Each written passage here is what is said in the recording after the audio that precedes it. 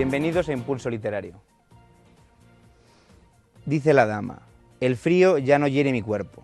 Llega una primavera que no funde la nieve, ni licúa los ríos. Primavera de brazos y músculos y sables y dentelladas dulces. Bajo un cálido sueño masculino me olvido. Y en mi olvido se olvidan mis doncellas y el mundo, lo que fui y lo que soy, mi nombre y sus aristas. Él. Comienza en tus ojos un combate sin tregua. Vencida, eres el fuego. Victoriosa, la llama. Nunca el crimen sagrado me pareció tan bello. La persona que firma esta poesía es Luis Alberto de Cuenca. Es una de las dos figuras, podríamos decir, más importantes del panorama literario y sobre todo dentro de la poesía. Es una persona absolutamente entregada a los demás. Es amable, es educado, es culto, y eso en su faceta personal, porque en su faceta profesional podríamos decir ensayista, poeta, filólogo, traductor y un largo etcétera. Hoy ha tenido la amabilidad y el cariño que tanto nos profesa a los escritores jóvenes que empezamos quizás pues estas andaduras con un poco de miedo y desde aquí nuestro agradecimiento. Así que sin más dilación vamos a pasar a nuestra pequeña entrevista. Empezamos.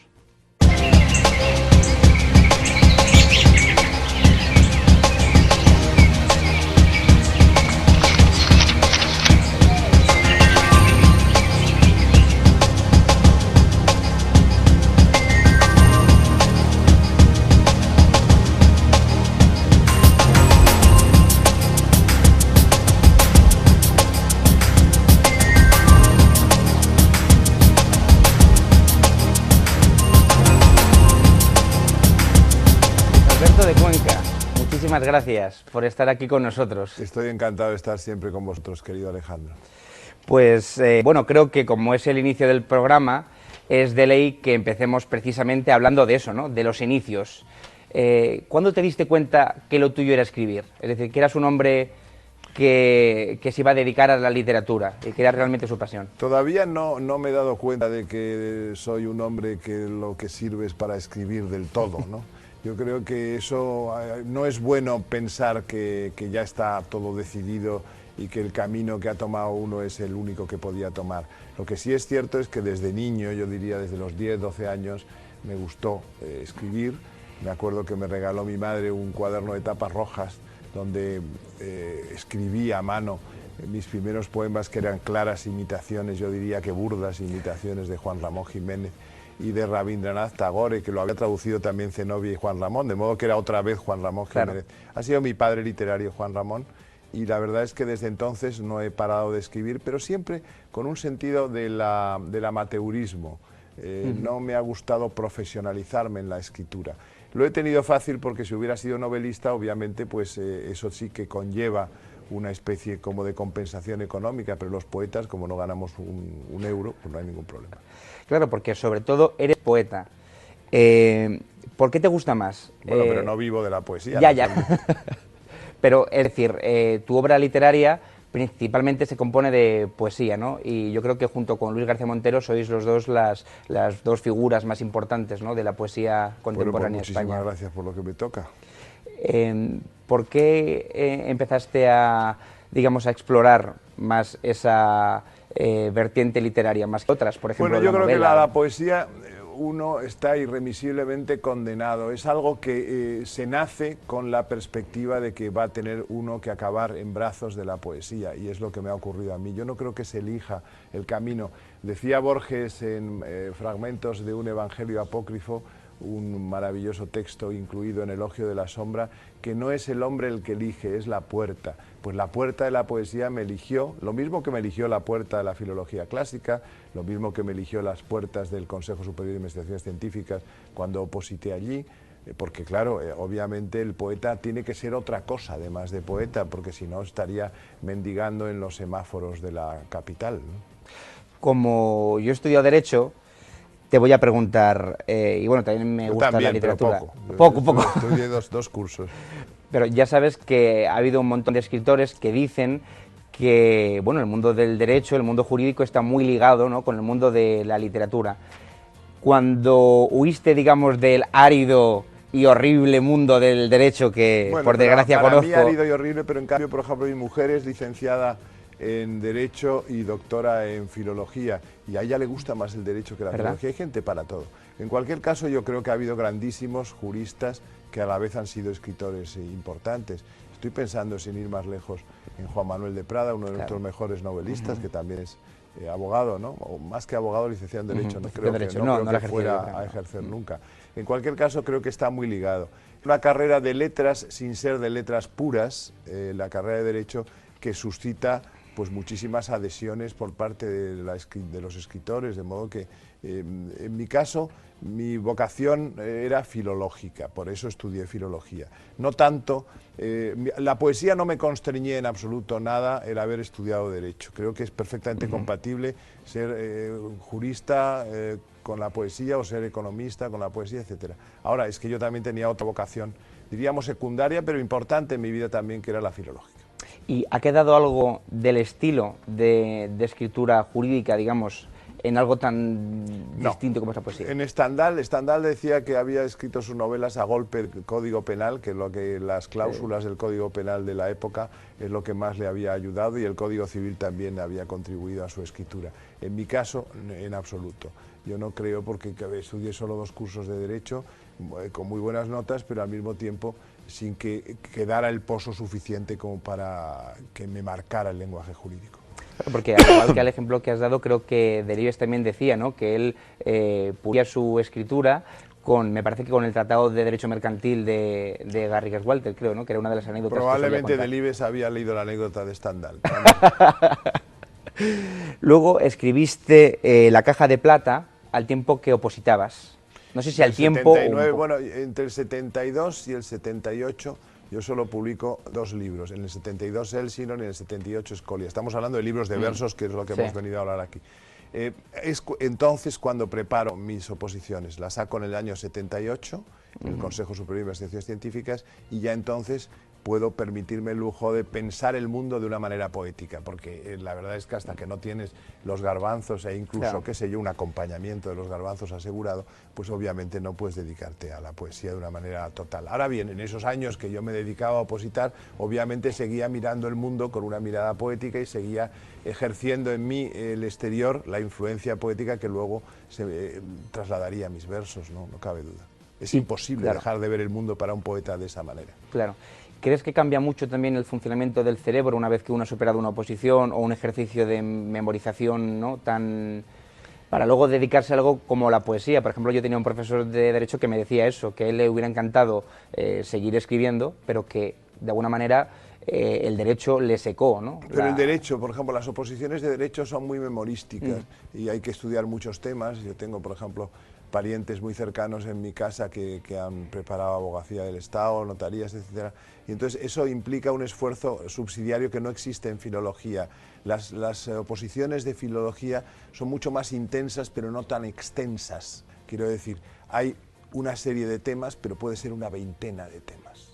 Yo oposité, por ejemplo, en el Consejo Superior de Investigaciones Científicas a una plaza de lexicografía, entonces los temas estaban muy acotados.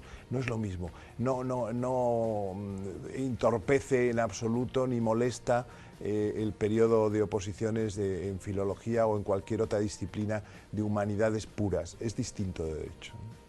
Volviendo al tema de tu creación poética, ¿por qué siempre has elegido la métrica libre?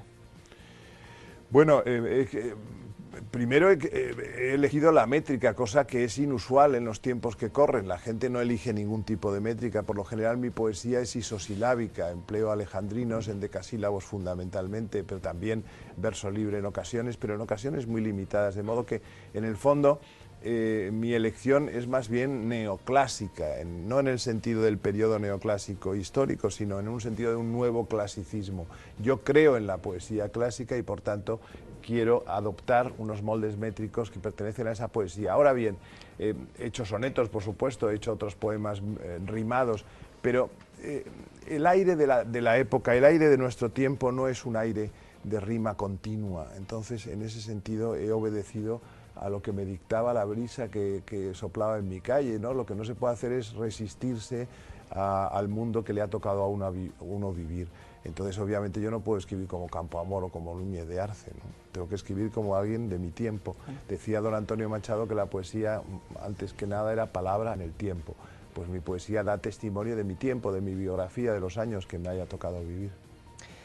Luis Alberto, siempre que has escrito una poesía o un grupo de, o sea, un conjunto de poesías, ¿no?, que tuvieran algún nexo común, ¿siempre las has escrito guiado por un sentimiento que te invadía en ese momento de amor, de tristeza, quizás de enfado, de ira, querías? No, claro. Existen las cantigas famosas de Escarnio en la lírica galaico-portuguesa. Había canciones de amor, canciones de amigo y canciones de escarnio. Bueno, pues eso se puede aplicar para cualquier otro tipo de lírica. Siempre que escribo un poema es porque no tengo más remedio que escribirlo, porque me ha ocurrido algo o he experimentado una sensación o he tenido un sueño. Los sueños son una fuente muy importante de mi poesía, que me ha impelido a tomar el ordenador, porque ya ni el bolígrafo ni la pluma, el ordenador, y escribir. Pues yo soy muy de nuevas tecnologías y prefiero escribir los poemas en ordenador, que me dicen, ¿no tienes originales? Y yo, pues no, evidentemente, si luego se cotiza algún manuscrito mío, se va a cotizar mucho porque va a haber muy pocos. ¿Cómo se supera, digamos, esa especie de temor que tiene el poeta joven o el escritor joven? Bueno, y no tan joven, yo creo que esto es una cosa general. Cuando alguien guiado por un sentimiento, amor, tristeza, ira, escribe un poema que puede ser bueno objetivamente, a la gente le puede gustar, y luego lo lee y siente una especie como de, no digo vergüenza, pero como que nota que eso no es suyo, es decir, ¿por qué escribí esto, no? Como los sentimientos son tan cambiantes. Bueno, pero fíjate, yo no he tenido esa sensación. Yo sospecho que debe ser una sensación muy extendida, pero yo no tengo idea de recordar que en mis poemas hubiera dicho, qué barbaridad, qué cosas me pasaban entonces. He asumido de una manera global y absoluta todas mis facetas, todos los individuos que anidan en el individuo Luis Alberto de Cuenca, y la verdad es que no he tenido la sensación de equivocarme de sentimiento o de encarnar un personaje que no era el mío. Los abrazo a todos y los considero igual de míos, a todos esos personajes. Luis Alberto, te definen también como el poeta de lo cotidiano. ¿Estás a gusto con ese nombre? ¿Te gusta? ¿Por qué no? ¿Por qué no? Porque lo cotidiano es realmente lo que nos toca vivir. Quien piense que la vida le va a dar una serie de aventuras maravillosas, portentosas, etcétera, que acuda a las novelas y a los libros, que es donde ocurren. En nuestra cotidianidad siempre puede haber momentos mágicos, pero normalmente lo que debemos convertir en magia es lo cotidiano, y eso es lo que precisamente he intentado yo hacer en mis poemas, revestir la cotidianidad de excepción y por tanto pues comunicar esa excepcionalidad de la cotidianidad a la gente y decirle que es posible vivir intensamente las cosas vulgares, las cosas cotidianas, las cosas de todos los días, las cosas domésticas incluso. ¿Cómo ves el panorama juvenil en la poesía? Pues lo veo bien. Yo creo que siempre en España ha coincidido los periodos críticos con los periodos de gran florecimiento literario. Yo soy optimista. Estoy en varios premios literarios de poesía joven como jurado y el nivel es alto, es bueno, de modo que encaramos el futuro, por lo menos en mi opinión, con optimismo.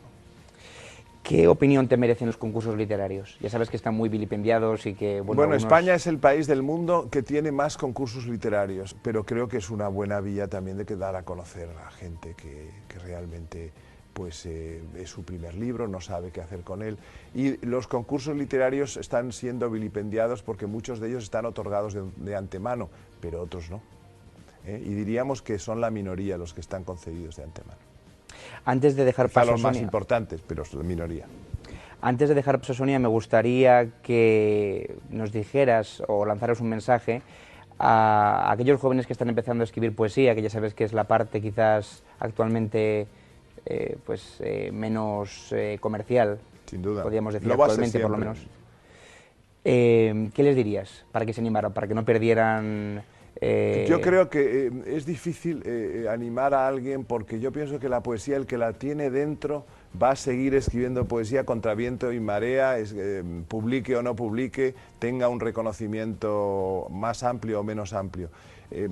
A los que están en dudas, lo que les diría sobre todo es que se fijaran bien en su propia vocación y vieran si existe o si no existe. Si existe, no van a tener más remedio que seguir escribiendo, es algo que se les va a imponer. Pues Luis Alberto, muchísimas gracias por mi parte. Dejo paso a Sonia, que quizás explorar una faceta un poco más personal, pero... Muy bien, Alejandro, muchísimas pues gracias. un placer. Muchas gracias. Hasta siempre. Sonia. Bueno, pues muy buenas, como ya te Muy he buenas, dicho, Sonia. Es un placer que estés aquí con nosotros. Y la primera Sonia pregunta... la roja, porque vas vestida de roja. Bueno, y de la negro. roja no, vengo de roja, pero la roja no. No, que ¿sabes quién es Sonia la roja? No. Ah, es que Sonia la roja es una criatura del cómic, que es una amiga de Conan. Ah, pues no Entonces, sabía yo eso. sí, es que yo soy muy aficionado a los cómics. Si el que haya leído, me parece que hay algún otro amigo que por aquí en el estudio está diciendo, asintiendo que sabe quién es Sonia la Roja. Luego lo buscas en internet, es Sonja con J, Sonja, aunque se pronuncia Sonja. Pues Sonia. nada, que me he anticipado yo a tu Nada, por explicación y bueno, quería saber, bueno, por supuesto eres una persona muy culta y tienes un carácter muy alegre. ¿Crees que es importante para un poeta tener buen carácter? Bueno, yo creo que para cualquier persona tener buen carácter es siempre importante, porque hay gente que lo que le gusta es caer mal a los demás. Yo no soy de ellos, pero para caer bien obviamente tienes que intentar tener un buen carácter. Pero de todas maneras hay gente para todo. Yo he conocido poetas extraordinariamente malhumorados de continuo, ¿no? Pero yo creo que es bueno no solo para ser poeta, sino para ser cualquier cosa, tener un sentido del humor aguzado y llevarse bien con los demás. ¿La poesía debe ser siempre constructiva? No, puede ser perfectamente destructiva. De hecho, en mi poesía hay muchos versos muy trágicos y muy desesperados. Y yo creo que la poesía debe ser un reflejo de las pasiones humanas del interior de los hombres. Y en los hombres hay construcción y destrucción, digamos que al 50%. Ya. La literatura y el cine a veces van un poquito de la mano. ¿Te gusta el cine? Muchísimo. Soy un ¿Qué grandísimo tipo de películas enamorado te del gustan? cine.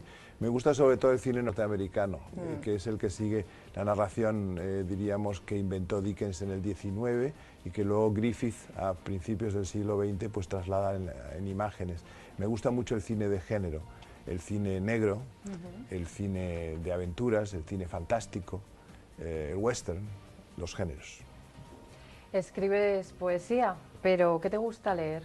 ¿Ensayos? No, leer novelas? poesía me gusta leer muy poco, solo leo a los clásicos en poesía o a los clásicos contemporáneos, que los hay también, pero en general leo poca poesía, diríamos, de gente de ahora. Lo que leo sobre todo es novela y ensayo. Mi obra ensayística es casi tan voluminosa, diría yo, incluso que más que la obra poética, y también novela, y novela de género. Me encanta la novela negra, la novela fantástica, la novela de ciencia ficción, ese tipo de cosas. Bueno, pues prácticamente me has contestado porque te iba a decir qué tipo de poesía se escribe en la actualidad, pero bueno, si tampoco lees mucho... No, pero no leo mucho, pero estoy en jurados y me entero. El hecho de que, por ejemplo, no me lleve a la cama para acabar el día un libro de poesía, sino que prefiero leer otra cosa, un TVO, por ejemplo, un cómic, y yo soy un aficionado enorme a los cómics, eso no quiere decir que no sepa por dónde van los tiros en la poesía actual. Y creo que van, insisto, se lo he comentado a Alejandro antes, por muy buen camino. Yo creo que se hace una poesía muy hermosa en España de diferentes especialidades estéticas, ¿no? Diríamos que hay una poesía de la comunicación, que es la que yo, digamos, represento, y que también es una poesía joven que sigue esa línea. Hay una poesía también del conocimiento, más filosófica, más reflexiva, más sesuda, que también es interesante, sobre todo en algunas voces. Y hay una poesía ya claramente silenciosa, claramente hermética, claramente abstracta, que también tiene su interés, aunque a mí me aburra un poco. Te iba a decir precisamente que ¿cuál prefieres tú personalmente? Yo prefiero la poesía de la comunicación, la poesía accesible, la poesía en la que todo el mundo se pueda mirar, lo cual no quiere decir que no sea una poesía culta, sino que represente a la colectividad, que represente a los demás, que la gente diga, pues eso me ha pasado a mí el otro día, que le sea útil a la humanidad, en cierto modo. Es muy interesante eso que dices.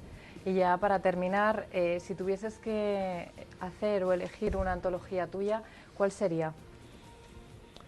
Pues ha habido varias antologías y todas estoy contento con ellas porque además las han hecho gente muy interesante, pero tal vez la que me ha dado más relieve porque Loquillo la utilizó en un disco utilizando el mismo nombre, su nombre era el de Todas las mujeres, que ya va por la 4ª edición, publicado por Renacimiento en Sevilla. Bueno, pues muchísimas gracias. Y muchas gracias, Sonia. Luis Alberto, yo quería preguntarte precisamente por eso, por la experiencia bueno, el tema de Loquillo, ¿no? Que además tuvo muchísima repercusión. Pues ha tenido mucha repercusión, estoy muy triste porque el libro disco de Loquillo, del que hemos vendido casi 20 y tantas mil copias, pues ahora no se va a reimprimir en el formato libro disco, se va a reimprimir en el formato CD. Y a mí me gustaba ese libro disco y estoy comprando en internet todo lo que encuentro para tener una reserva de 8 o 10 ejemplares por lo menos de ese libro disco, que quedó precioso, con unas fotografías magníficas, con los poemas que están intocados. Lo que hace Loquillo es cantarlos tal cual, no ha hecho versiones de los mismos, y es una experiencia inolvidable para mí la de Loquillo, porque además hemos fundado una amistad que es para siempre, ¿no? El otro día pues le felicité por su cumpleaños y estamos siempre en contacto. Hacemos una pequeña pausa para publicidad y volvemos.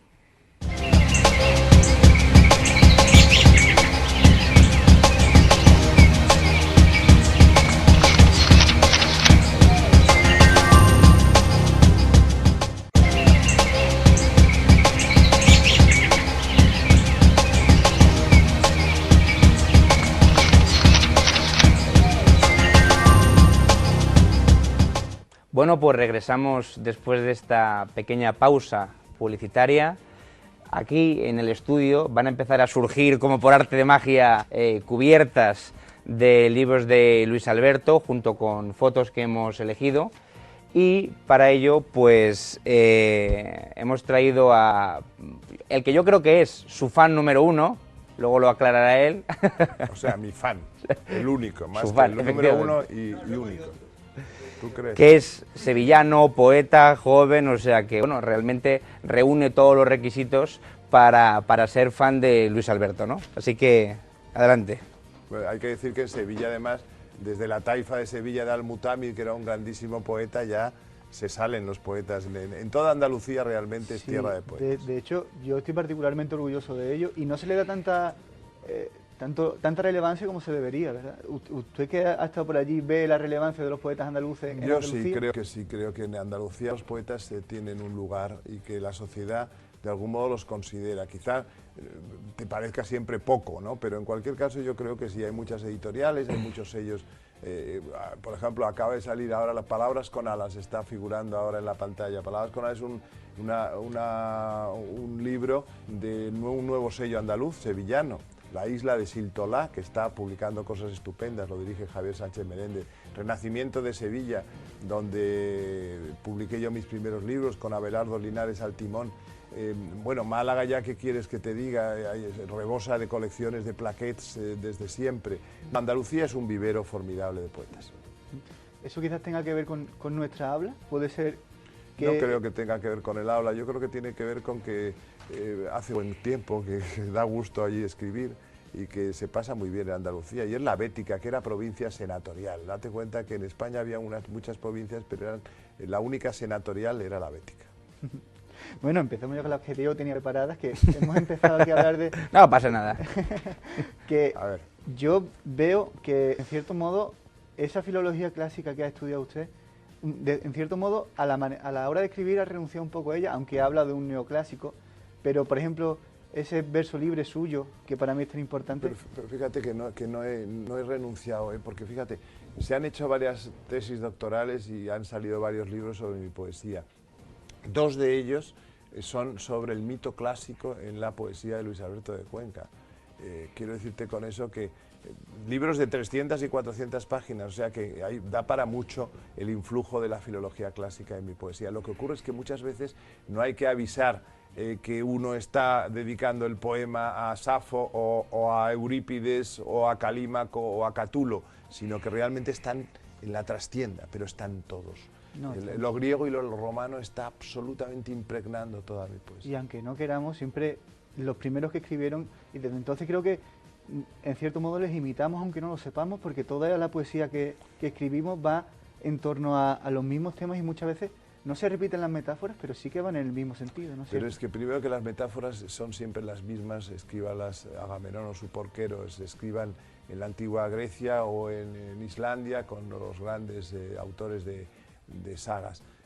La metáfora es siempre la misma, pero en cualquier caso es que hay un antes y un después de los griegos en la historia universal. Y por eso estudié yo clásicas, porque quería sumergirme en las fuentes de lo que iba a ser luego pues un río incesante de cultura y de maravillas, que es el río de la literatura, pero son los griegos los que de alguna manera se lo inventan a partir de Homero. Claro, ahí es donde iría yo, a Homero, que siempre... Bueno, pasando ya al siglo XX, leo, sabiendo del encanto que tiene su poesía, de esa gracia que dirían los griegos, ¿cómo se pone de título a un libro Necrofilia?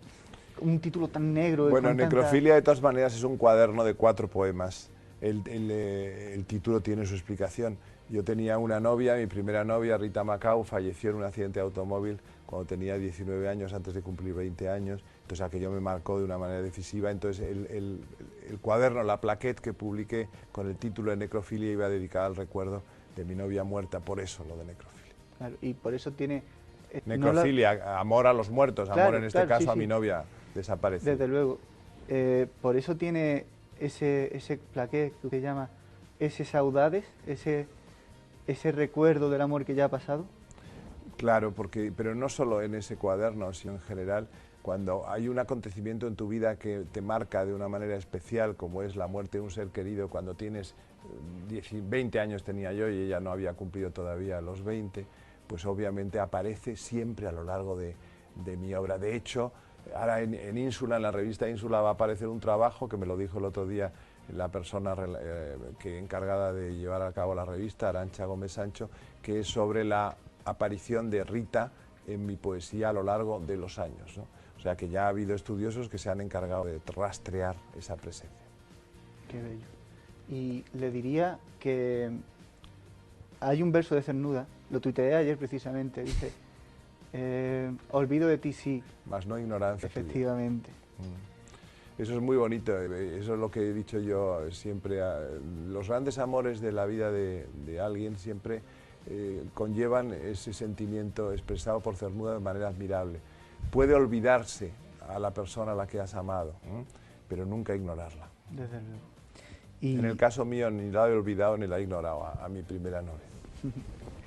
Y yendo un poco, siguiendo esta línea, usted habla de una ficcionalización del yo, y sin embargo muchos hablan de que la poesía es más pasional que otra cosa. ¿Puede haber una ficcionalización pasional? Sin duda. Es que en el proceso literario es un proceso siempre de ficcionalización. No puede haber literatura si no hay ficcionalización. O sea, no tiene que ver el término ficcionalización con el término impostura, con el término insinceridad. Se puede ser perfectamente sincero, auténtico, profundo y ficcionalizar, porque es que es lo que hacemos en literatura. Cualquier persona que escribe literatura está ficcionalizando su propia experiencia. Claro, y aunque no tenga esa experiencia, sí que se le añade un poco de chicha, que el poema tenga un poco más de arraigo. Puede ser eso también. En ocasiones, en otras ocasiones incluso hay que no añadir chicha, como muy bien dice, sino quitársela, porque es tan apabullante, diríamos, la experiencia, que hay que quitarlo un poco para frenarla. O sea que depende de cada poema. Yo siempre digo que, por ejemplo, mis poemas que aparentemente son más autobiográficos son los que no lo son, y los que nadie pensaría que pudieran ser autobiográficos lo son estricto sensu. Por ejemplo, El perro de mi novia. El perro de mi novia es totalmente autobiográfico, excepto en una cosa, que jamás se castró, que jamás fue castrado. Lo que pasa es que me venía muy bien para acabar el poema. Claro, es que ese punto siempre le da un toque. Y si no persigue perras por la calle, entre otras cosas porque está castrado, dice el último verso. Pero en realidad no perseguía perras por la calle pues porque el tipo era despistado o lo que sea, pero no le interesaba demasiado ese tema. Claro. No, gay tampoco creo que fuera, simplemente porque no le aburría, le gustaba, era un soñador más bien. Le escuché en unas declaraciones que esa poesía útil, ya la he nombrado aquí, que ojalá sirviera para ligar. Ah, no, y de hecho ha servido. Ahí me ha comentado gente, por ejemplo, yo he dado muchas conferencias y recitales, pero cuando digo cientos de conferencias en institutos y en colegios, gente joven, o sea, gente de la ESO, de tercero y cuarto de la ESO, de primero y segundo de bachillerato, etcétera. Y entonces luego me los he encontrado, pues qué sé yo, firmando en la Feria del Libro o en otros sitios, y me ha dicho, pues no sabe usted lo que me sirvió aquel poema porque yo lo veo diciendo que es mío. Y yo, no te preocupes, yo te concedo la autoría del poema e incluso se puede ligar.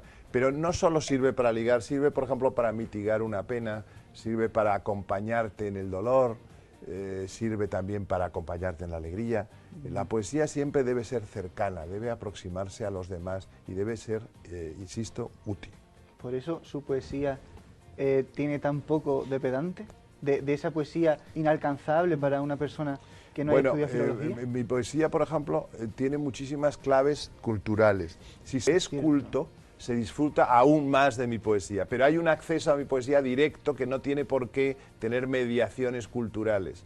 Se puede perfectamente disfrutar sin saber nada, sin haber estudiado nada. Ahora bien, si se ha estudiado y si uno circula por la literatura de una manera cómoda y, en fin, y con conocimientos, la va a disfrutar mucho más, sin duda, ¿eh? Yo, líbreme Dios de abominar de la cultura, amo la cultura. Lo que ocurre es que la sencillez a veces es lo más difícil.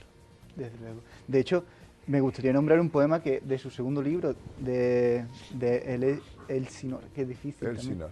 La chica de las mil caras tiene muchas referencias, por ejemplo, la que me apunté, hablas como Ovidio y Lope.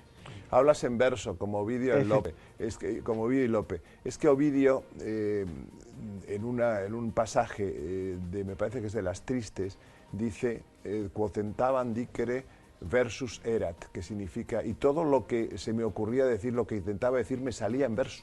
O sea, era un tío que tenía metido el verso tan tremendamente en su cabeza, sobre todo en su caso el dístico, el elegíaco, el hexámetro más el pentámetro, que le salía todo en verso. Y Lope, todos sabemos la facilidad que tenía para componer versos. Y para más de 100 en horas 24 pasaron de las musas al teatro. Exageraba, evidentemente, pero era capaz de escribir una comedia en 10 y medio. Y eso en verso, claro. Desde luego. ¿Y cree, como aficionado al cine, cree que, por ejemplo, no se conocería tanto a Cyrano si no hubiera sido por la película? Pues sin duda, la película es admirable, a mí me parece una película preciosa, aparte que está dicha en verso. Está entera en verso. verso. Hay que verlo de todas maneras en la versión francesa porque está en el Alejandrino de Edmond Rostand, que es más bonita. La traducción española obviamente traiciona.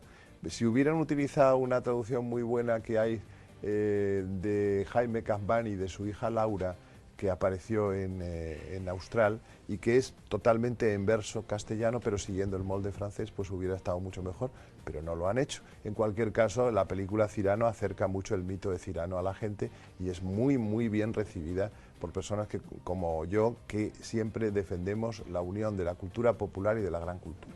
Claro, y usted, permítame que le diga que es muy Cyrano en un poema que se llama Bebela, donde da consejos sobre qué hay que decir. Sobre cómo, bueno, pero es que Cyrano somos todos los poetas, porque en el fondo los poetas, cuando escribimos desde el desamor, cuando escribimos desde la imposibilidad de conquistar a la persona a la que amamos, que es muchas veces, porque el amor realizado es siempre minoritario con respecto al amor por realizar, pues somos más bien Cyrano que Cristián, que es el que se lleva a Roxana.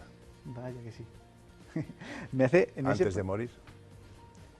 Y en lo que a sus sueños se refiere, la espiritualidad que tiene su palabra cuando la escribe en verso, ¿tiene que ver con eso que ha soñado? ¿Con eso de que la palabra no tiene por qué significar lo que dice el diccionario? Bueno, es que la palabra poética siempre amplía mucho los sentidos que tiene en la entrada del diccionario, ¿no?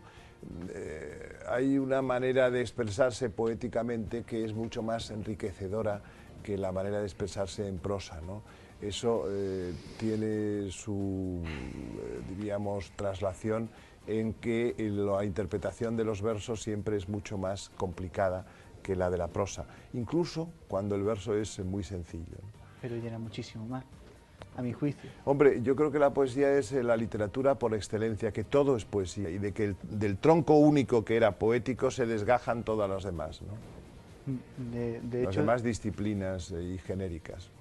En mi opinión, por ejemplo, hablaba de Borges en el Aleph tiene relatos absolutamente poéticos y en lo cual está narrado y, si quiero recordarme, está en verso prosaico. No lo sé. Bueno, vamos a ver, no, Borges utiliza una prosa que no es métrica, en el sentido de que, por ejemplo, Cicerón tenía cláusulas métricas en su prosa, ¿sí? En Borges no. Lo que ocurre es que Borges es ante todo y sobre todo un poeta. Se equivocan los críticos que piensan que es un narrador que luego hace versos, no. Es un poeta que escribe cuentos y que escribe ensayos. Pues los ensayos son también como grandes poemas maravillosos. Entonces, Borges sobre todo, lo dice él mismo cuando escribe el libro El Hacedor, referido a Homero, porque hacedor es la traducción de la palabra poietés griega. Poietés, poeta, en griego significa hacedor. Entonces, para él, el hacedor por excelencia es Homero. Y para nosotros, los que hablamos español, el hacedor por excelencia es, o son dos, diríamos, Cervantes y Borges. ¿Cree usted que tiene dos épocas? Porque yo, con mis 22 años, le leo desde Elsinor hasta sus poesías en los 90 y creo que hay una línea bastante continuada de estilo, que aunque así que hay una evolución, por supuesto, pero siempre es un poco la misma línea encantadora, graciosa que decíamos antes. ¿Cree usted que hay una separación entre dos épocas? Bueno, yo creo que metodológicamente, digamos académicamente, universitariamente, viene bien hablar de dos épocas porque efectivamente hay una época de maduración y una época ya de más soltura, ¿no?, dentro de un mismo mundo literario, que es lo que tú a tus 22 años has percibido admirablemente, porque efectivamente yo creo que existe solo un mundo en la poesía de Luis Alberto de Cuenca. Lo que pasa es que es útil, y eso lo saben muy bien los profesores, tanto en educación secundaria como universitaria, dividir, hacer parcelas de las cosas, de los temas que hay que abordar para abordarlos mejor e ilustrarlos mejor desde un punto de vista pedagógico, didáctico, ¿no? Pero efectivamente sí, yo rastreo en él, sino incluso en los retratos, mi primer libro que ha salido ahora reeditado en la universidad, no, auspiciado no en la universidad, por el Ayuntamiento de Cartagena, pues veo que existe el mismo mundo en ellos, en los versos que voy a publicar ahora en un libro nuevo que va a salir para la Feria del Libro de 2014, que se llama Cuaderno de Vacaciones, pues perfectamente hay un nexo muy claro entre el muchacho de 17 años que empezó a escribir allá por los años primeros 70 y el señor mayor, el anciano, que está escribiendo ahora versos en 2013. De hecho, por ejemplo, El Desayuno, que es una de sus poesías más conocidas, diría una poesía conyugal, y sin embargo la poesía de La chica de las mil caras es, yo diría, más deseosa. Bueno, porque La chica de las mil caras está escrita por un joven de 18 años. Claro. Entonces, que todo está por realizar en su vida, ¿no? Todos sus ideales, sus fantasías, sus quimeras están reflejados en ese verso. En El Desayuno es curioso porque lo has mencionado, la palabra conyugal, se ha utilizado mucho en bodas. ¿Sí? De hecho, por ejemplo, la concejal del Ayuntamiento de Bilbao me dijo hace muy poco, con motivo de un congreso que estuve allí en la capital de Vizcaya, que siempre casaba leyéndoles El Desayuno de Luis Alberto de Cuenca. Cuando dijo, ¿usted Luis Alberto de Cuenca? Hombre, pues yo caso siempre leyéndoles el poema este.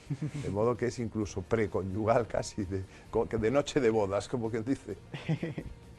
Pues sí, puede ser, porque también tiene esa parte erótica que erótica mezclado con lo, digamos, con lo gastronómico, sí, en cierto sí, modo, desde ¿no? luego. Eso lo mezclo yo mucho, erotismo y gastronomía, ¿no? Tiene mucho que ver. Cuando se dice, estás para comerte, pues incluso ha habido casos en que, me acuerdo de un japonés, un estudiante japonés en París, que se comió a su novia y la tenía en trocitos en la nevera y que la iba degustando poco a poco. Hay que tener cuidado también con ese tipo de excesos. Cuidado con el canibalismo, ¿no? Eso es canibalismo, no cabe duda. Pero es que lo decimos mucho. Ahí cómo está este bebé. Yo tengo 2 nietas ahora, de 4 y de 1 y medio. Y entonces siempre digo, están para comérselas, pero luego al final no me las como porque sería tremendo, ¿no? Que un abuelo devorara a sus propias nietas. Sería la leyenda de Saturno devorando a sus nietas. Efectivamente. Desde luego. Y Veremos. hablando de gastronomía, últimamente se habla mucho de la expresión en la cocina, y yo creo que siempre que hay una expresión emotiva hay cierto arte, que aparte de las artes clásicas, que podríamos decir la música, el cine, que podríamos añadirlo, ¿hay nuevas expresiones artísticas propias del siglo XX? Yo creo que hay evoluciones o digamos, extensiones, como se dice en lenguaje informático, de de las viejas disciplinas, pero es muy difícil crear nuevas disciplinas. El cine, en el fondo, no es más que una mezcla de imagen en movimiento y de narración. Es una narración en imágenes, sigue siendo de alguna manera el género narrativo, ¿no? Por eso me gusta a mí el cine norteamericano, porque es el más narrativo de todos, el que cumple más a rajatabla esa norma.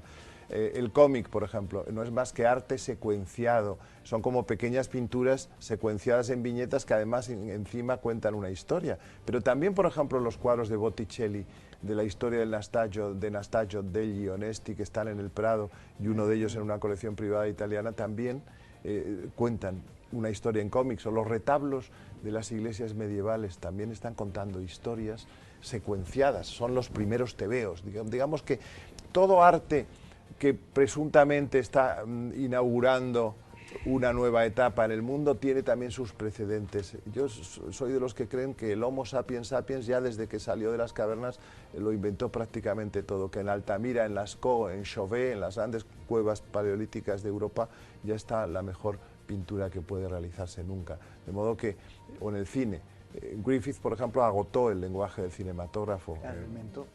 Lo inventó y lo agotó, y ya a partir de entonces va a hacerse lo mismo, en cierto modo. O en el cómic, Winsor McCay con Little Nemo in Slumberland dibujó el mejor cómic que se ha escrito, que se ha dibujado hasta y ha habido millones después, y al fin y al cabo todas las historias vuelven a lo mismo. Vuelven a lo mismo, vuelven a los orígenes. Entonces, de algún modo, en el siglo XXI pasará lo mismo, en el XXII y en el XXIII el hombre tiene siempre los mismos problemas, se enamora, teme a la muerte, se relaciona con los demás, los odia, los ama, se hace amigos, qué sé yo, nos pasan siempre las mismas cosas. Claro, y podría ser que el reto del artista mayor sería renovar ese arte que le ha tomado a él. Bueno, estamos renovándolo continuamente desde la calidad, quiero decir, por ejemplo, cuando se dice Arturo Pérez Reverte está escribiendo novelas al estilo de los viejos folletinistas del 19, pero no es lo mismo la narrativa de Arturo Pérez Reverte que la narrativa de Dumas o de Eugenio Sí o de Paul Féval, es otra cosa. Entonces hacemos lo mismo pero de manera diferente, se avanza estableciendo pequeñas modificaciones, pero el que pretenda, como pretendieron los vanguardistas a principios del siglo XX, renovar la escena por completo e inaugurar el mundo, se dará cuenta de que el mundo ya está inaugurado desde hace mucho tiempo, que eso son vanidad de vanidades. Si os parece, hacemos una pequeña pausa para publicidad y volvemos después. ¿Os parece bien? Muy bien. Adelante.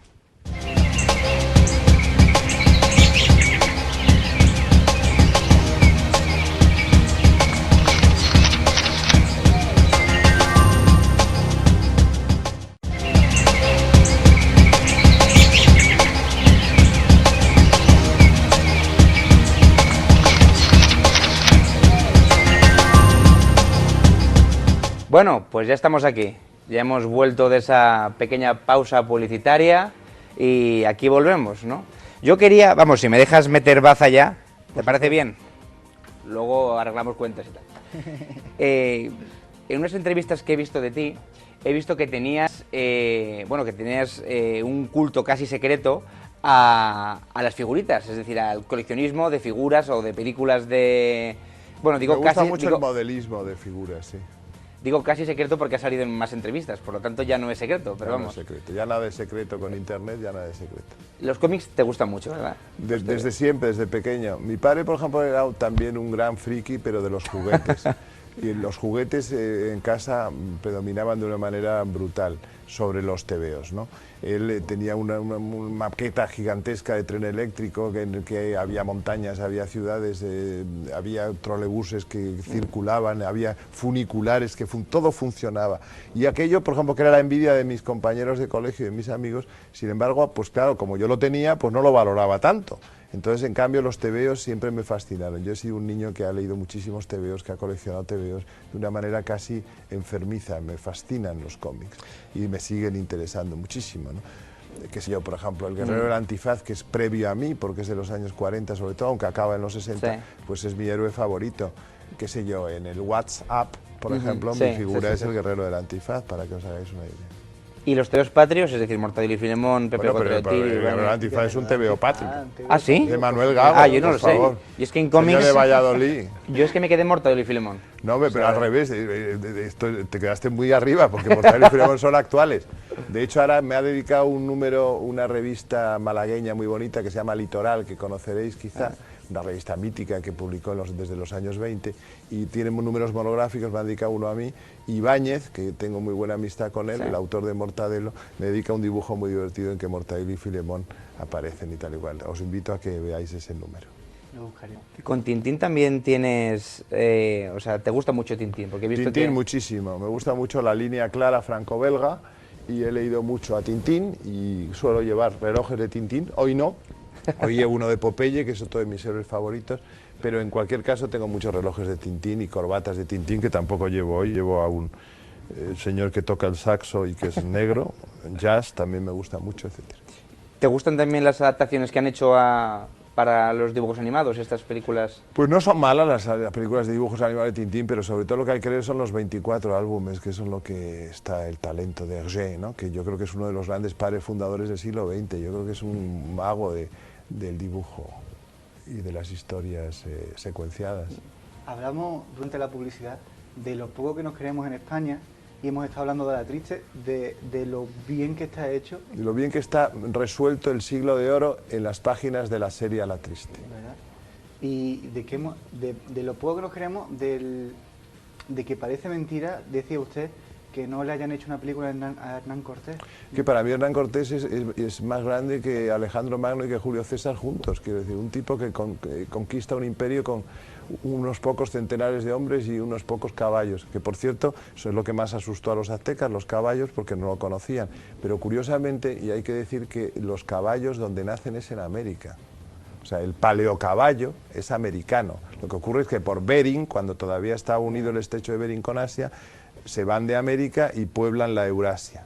Y entonces Cortés vuelve con los caballos a América. ¿Por qué entonces los caballos a partir del siglo XVI, comienzos, prendieron tan maravillosamente en América? Porque era su hogar, era donde habían nacido, entonces se sentían a sus anchas, entonces se reproducían salvajemente en los lugares donde habían nacido, y por eso, por ejemplo, a los indios los vemos a caballo, pero los indios nunca montaron a caballo hasta que llegaron los españoles. Esos Sioux, por ejemplo, o Chiricahuas o Cheyennes que vemos a caballo, nunca hubieran tenido caballos si no llegan Cortés y Company a América. Eso es curioso, porque la gente piensa que los caballos de los indios de las praderas toda la vida eran jinetes. No, señor, son los españoles los que llevan el caballo a América, aunque el caballo, insisto, había nacido en América. Yo quería preguntarte acerca de la tertulia de Es Radio, que vas a menudo. Bueno, sí, en Es Radio tengo muy buenos amigos. Luis Herrero es un gran conductor radiofónico que me invita a muchas cosas, sí. No sé si se llama así, pero cuando buscas el nombre de la tertulia se llama Tertulia de los Sabios. Pero es como lo llama Luis Herrero, yo creo que para ridiculizarnos. ¿Sí? No, hombre, es que lo hace con más... No, hombre, porque lo de los sabios, que nadie es sabio. El sabio, precisamente, como decía Sócrates, es aquel que sabe que no sabe nada, ¿no? Pero bueno, claro. para ahí, bueno, pero está como bien, humor, como Marbete, está gracioso. Lo digo de broma también, lo de para ridiculizarnos. No, yo creo que tiene Lo punto de digo humor, muy serio, ¿no? pero Claro. sí, por supuesto que sí. Pues lo pasamos muy bien con Fernando Sánchez Dragó, con José Luis Garci, que son dos grandes amigos a los que admiro y quiero muchísimo. Y la verdad es que pues la cita de todos los lunes es para mí muy vivificante, ¿no? También voy a tertulias de fútbol, que me interesa mucho el fútbol, en general todos los deportes. También recomiendo libros, etcétera. Y es cierto, claro, digo, Luis Herrero, vamos, digo, para los que no lo sepan, Luis Herrero juega un poco un papel más como de... El ogro. Del ogro, del inquisidor, del censurador, y realmente pues Se vosotros... mete es como mucho con Fernando y conmigo, sobre todo. También con Garci de vez en cuando, pero menos. ¿Verdad? Sí. Bueno, pero son papeles que se juegan y que de algún modo pues obedecen a una razón profunda. Probablemente pues cada papel es lo que más le pega a cada uno, ¿no? ¿Verdad? ¿Tienes buena relación con Luis García Montero? Sí, buenísima. Luis García Montero es un estupendo poeta y un gran amigo. ¿Lo lees con...?